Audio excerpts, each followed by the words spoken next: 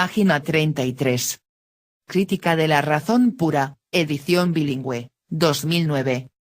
Fondo de Cultura Económica. La deducción trascendental. Estudio preliminar por Mario Caimi. Nuestra exploración del entendimiento nos condujo al descubrimiento de los conceptos puros que constituyen su estructura fundamental. Como hemos considerado al entendimiento aislado, según lo disponía el método, nos encontramos con que esos conceptos remiten, de por sí, a algo que les sirve de complemento necesario, se refieren a priori a objetos. El lector escribe: si percibo algo, a fuerza utilizo un fondo, algo que ya está ahí, de manera natural, de lo cual el organismo tiene conocimiento. La idea de cantidad, está implícita en el cerebro. Caimi escribe: pero esa referencia a priori a objetos, podría ser solamente una pretensión unilateral e infundada. Para que se reconozca su legitimidad, esa referencia requiere una deducción. Buscaría en vano quien pretendiese encontrar en la deducción trascendental de las categorías una estructura lógica deductiva que organizase todo el argumento. El término deducción debe entenderse aquí más bien en el sentido de alegato, que aún conserva en español. Así lo entendían los lectores del siglo XVIII.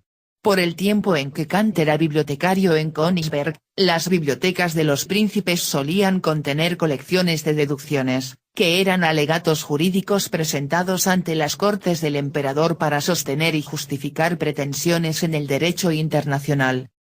Algunas de las reglas de elaboración de tales alegatos se observan en las dos deducciones contenidas en las versiones A y B de la Crítica de la razón pura. La argumentación se repite desde varios puntos de vista. En Nuevos Comienzos, se desarrollan argumentaciones parciales, concurrentes al mismo fin. Se ofrece un breve resumen a manera de cierre. La pretensión que se trata de justificar aquí ha sido ya presentada, es la pretensión de tener una referencia a objetos, referencia que está presente en los conceptos puros a priori del entendimiento. El lector escribe: veo si podría yo pensar o deducir cosas sin apoyarme en objetos. Veo si podría comunicarme sin sustentar mis argumentos en objetos, por supuesto, ya delimitados por la experiencia. Caimi escribe: si se considera esta pretensión en su máxima generalidad, aparece como el antiquísimo problema de explicar las relaciones del pensamiento con sus objetos, problema que Parménides había planteado como el de la relación entre el pensar y el ser. El pensamiento puro se enfrenta a algo que no es pensamiento, a los objetos reales. Y como los conceptos del pensamiento puro han sido generados con total independencia de esos objetos, no se ve bien cómo justificar la validez de la conexión de esos conceptos con los objetos. Llamo a la explicación de la manera como conceptos, pueden referirse a priori a objetos, la deducción trascendental de ellos. El lector escribe: entonces, sin jamás haber experimentado o percibo un objeto, yo puedo deducirlo, sin tener experiencia de ese objeto. Caimi escribe: este problema de la conexión de conceptos a priori con sus objetos venía ocupando a Kant por lo menos desde 1772. Lo formula ya en su conocida carta a Marcus Hertz del 21 de febrero de ese año, e intenta resolverlo desde entonces.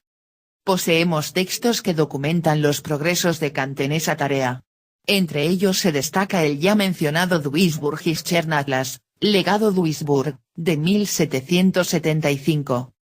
Aquí ya se encuentra la nueva concepción del objeto. La objetividad es coherencia de las representaciones según una regla que no depende de la subjetividad. Pero solo más tarde el filósofo descubre la condición para la resolución completa del problema, cuando reconoce la necesidad de abandonar la concepción substancialista del yo.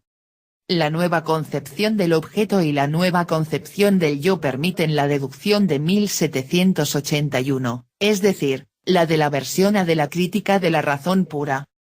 El pensamiento fundamental de la deducción trascendental de las categorías es que el elemento intelectual activo del conocimiento, el yo, Tiene que apropiarse de la multiplicidad que le ofrece el elemento sensible. Esa apropiación ocurre mediante una compleja síntesis que la espontaneidad del entendimiento aplica sobre la multiplicidad sensible. El lector escribe: ¿cómo podría hablar de un objeto que ni siquiera sé si existe? ¿Acaso estaré usando otros objetos conocidos para deducir otros? Para pintar un cuadro, hago uso de la idea del espacio, en la que ni siquiera estoy pensando. Ya está ahí, esa idea, previamente, sin necesidad de un análisis. Dicen que un gatito, si se le sube a una mesa, tiene una idea natural en su cerebro de lo que es el espacio y el tiempo, y por eso, no se avienta de manera indiscriminada al vacío. Lo mismo podría hacer un niño. El niñito ya nace con esa idea del espacio-tiempo. Es por eso que un borracho realiza actos tan desquiciados, porque ha entorpecido esa condición natural del espacio-tiempo. Supuestamente, el instinto de supervivencia tiene implícitos una gran cantidad de conocimientos a priori. Caimi escribe: esa síntesis, recolección de los elementos de la multiplicidad sensible, retención de esos elementos en una adición progresiva, instauración de la unidad en la acumulación así producida, solo puede producirse por medio de las funciones de síntesis que ya hemos estudiado. El lector escribe: la síntesis es una actividad neuronal, una representación o imagen de un fenómeno, que podría ser o no ser, que es una posibilidad, pero que tiene relación con esa necesidad neuronal de agenciarse continuidad existencial. El pensamiento viene a proceder entonces, como un vigía, un guardián más del organismo. Caimi escribe: hemos visto que el catálogo o repertorio de esas funciones se elaboraba sobre la base de la tabla lógica de los juicios, y consistía en la tabla de las categorías. En consecuencia, para que el yo pueda apropiarse de la multiplicidad sensible, ésta debe ser sintetizada de acuerdo con las categorías. Por tanto, las categorías se aplican necesariamente a la multiplicidad sensible. Esto era lo primero que había que demostrar. El lector escribe: el pensamiento se apropia de aquello que le parece significativo. Es algo muy simple. Y este accionar, ya es cosa del pensamiento, no de los objetos. Posiblemente, muchas sensaciones, no son medidas absolutamente por el organismo y menos por el pensamiento, y el cerebro las puede percibir por estar fuera del rango natural del organismo y sus sensores. Dicen que los perros pueden ver el alma de los muertos, que pueden oler enfermedades, que pueden escuchar vibraciones que el ser humano nunca podrá escuchar, excepto utilizando instrumentos.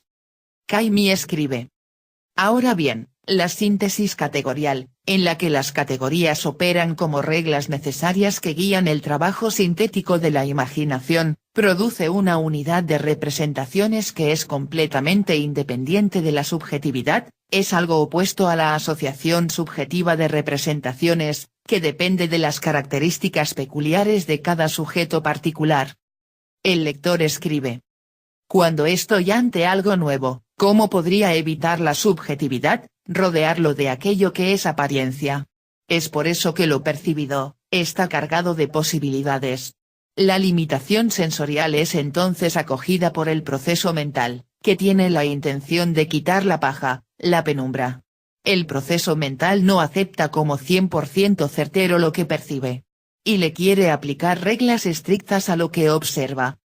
Caimi escribe: aquí, en la síntesis categorial, la unidad que se alcanza es independiente del sujeto particular. Por tanto, es objetiva. La síntesis categorial es lo que constituye al objeto, lo que le presta objetividad a ese cúmulo de representaciones que llamamos objeto. En consecuencia, como los objetos no son objetos sino es gracias a esa síntesis a la que obligatoriamente deben someterse las múltiples representaciones, las categorías se aplican necesariamente a los objetos.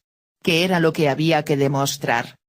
El lector escribe: en la película Matrix, Morfeo le dice a Neo que lo que él percibe, no es la cosa, son señales eléctricas, electromagnetismo. Es como si el cerebro estuviese ciego y por medio de los sentidos se hace una representación de las cosas, del mundo exterior e interior. Las cosas, no pueden tocarse, solo sentimos la fuerza de los átomos. Lo tremendo, es que la cosa no se queda quieta. Cuando digo que la he percibido, ya es otra cosa. Así que la representación está desfasada de la realidad del objeto. Caimi escribe. Kant no quedó muy conforme con la primera versión de la deducción de las categorías, publicada en 1781 en la Crítica de la razón pura. Procuró hacer más clara y distinta la argumentación, en una nueva versión publicada 2 años después, en los Prolegómenos, basada en la distinción de juicios que poseen carácter meramente subjetivo, meros registros del contenido de la sensibilidad, que él llama allí juicios de percepción, y juicios que poseen objetividad, a los que él llama allí juicios de experiencia. La objetividad de estos últimos se debe a que en ellos intervienen las categorías, por tanto, las categorías intervienen como condiciones necesarias en la experiencia, y se aplican a priori a objetos. El lector escribe. ¿Y, de dónde le vino ese juicio de experiencia, sino de un objeto ante el cual se vio expuesto? Solo está clasificando sobre lo que ya sabe y aplica ese saber a nuevas cosas, que no conoce, pero imagina que son. Caimi escribe. Una tercera versión de la deducción aparece en 1786 en los Metaphysische Anfangsgründe der Naturwissenschaft, primeros principios metafísicos de la ciencia de la naturaleza, se basa en la estructura de los juicios en general.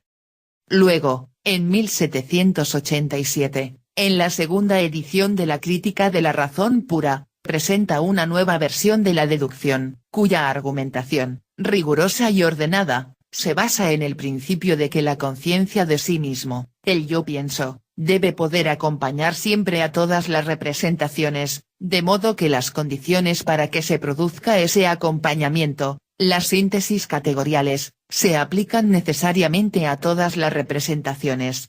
Estas quedan así unidas en una experiencia única, objetiva. Los objetos que puedan ser dados en la sensibilidad se integran en esta experiencia única, y por tanto a ellos también se les aplican necesariamente las categorías. Página 37.